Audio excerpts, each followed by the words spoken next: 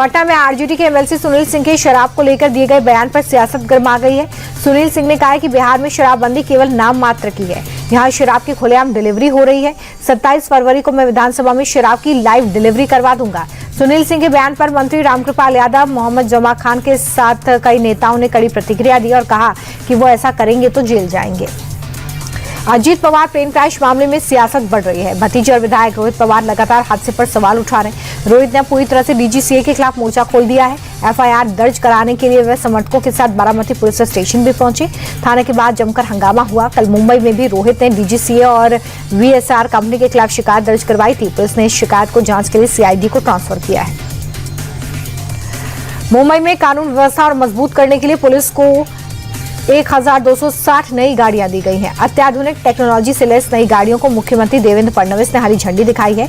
इन गाड़ियों में 657 motorcycle, 423 Mahindra Scorpio और पेट्रोलिंग वैन शामिल है। मुंबई के सभी पुलिस स्टेशन में इन गाड़ियों को भेजा जाएगा। मुंबई पुलिस का किसी भी घटना पर अभी रिस्पॉन्स टाइम 5 मिनट का है, जो इन गाड़ियों के शामिल होने के बाद और कम होगा।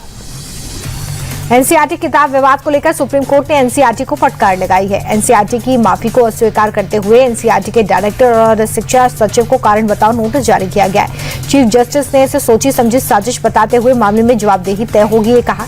दोषियों को बख्शा नहीं जाएगा। न्यायपालिका की गरिमा बनाए रखना जरूरी है। मामले में अगली सुनवाई 11 मार्च को है। एनसीईआरटी विवाद पर सुप्रीम कोर्ट की फटकार के बाद केंद्रीय शिक्षा मंत्री का बयान सामने आया है। धर्मेंद्र प्रधान ने पूरे मामले पर खेद जताया। जमशेदपुर में कार्यक्रम में शिक्षा मंत्री ने कहा कि हम न्यायपालिका का सम्मान करते हैं। न्यायपालिका ने कहा कि वो सरमाथे पर है। हालांकि पूरे विवाद में सरकार की भूमिका से शिक्षा मंत्री ने इनकार करते हुए जिम्मेदार अधिकारियों पर कार्रवाई की बात कही है। जेएनयू के बाहर एक बार फिर से बड़ा बवाल हो गया। वाइस चांसलर पर दलितों के अपमान का आरोप लगाकर एनएसयूआई ने जमकर नारेबाजी की और इस्तीफा मांगा। यूजीसी नियमों की आलोचना करने पर हंगामा देखा गया। प्रदर्शन कर रहे स्टूडेंट्स की पुलिस से तीखी भिड़ंत हुई है। कई छात्रों को हिरासत में लिया गया है। मौके पर भारी फोर्स को तैनात किया गया है। स्वामी अभिमुक्तेश्वरानंद सरस्वती और उनके शिष्य मुकुंदानंद की अग्रिम जमानत याचिका पर इलाहाबाद हाई कोर्ट कल सुनवाई करेगा। शंकराचार्य और उनके शिष्य पर आशुतोष ब्रह्मचारी ने कथित तौर पर नाबालिगों के यौन शोषण का केस दर्ज कराया है। झुंसी थाने में केस दर्ज हुआ है। गिरफ्तारी से बचने के लिए स्वामी अभिमुक्तेश्वरानंद ने इलाहाबाद हाई कोर्ट में अग्रिम जमानत याचिका दाखिल की है। इस याचिका पर हाईकोर्ट में जस्टिस जितेंद्र कुमार सिन्हा की बेंच में शुक्रवार को सुनवाई होगी। भारत में महिलाओं के स्वास्थ्य को लेकर ऐतिहासिक कदम उठाया जा रहा है। केंद्र सरकार जल्द ही 14 साल की बच्चियों के लिए मुफ्त HPV वैक्सीनेशन प्रोग्राम शुरू करने जा रही है। मकसद महिलाओं में सर्वाइकल कैंसर जैसी गंभीर बीमारी को जड़ से रोकना है। गवर्नमेंट हेल्थ सेंटर पर ट्रेंड मेडिकल अधिकारियों की निगरानी में टीकाकरण किया जाएगा। टीका लगाने के बाद जरूरी ऑब्जर्वेशन की पूरी व्यवस्था होगी। ये वैक्सीनेशन पूरी तरह से स्वैच्छिक होगी, यानी कि टीका लगवाने का कोई दबाव नहीं होगा। दिल्ली के फर्श बाजार इलाके में फायरिंग की वारदात कैमरे में रिकॉर्ड हो गई है। बाइक सवार 2 बदमाशों ने घर के बाहर गोलीबारी की और मौके से फरार हो गए। वारदात के बाद से इलाके में दहशत का माहौल है। पुलिस फायरिंग के मकसद की जांच कर रही है। सीसीटीवी के आधार पर आरोपियों की धरपकड़ जारी है।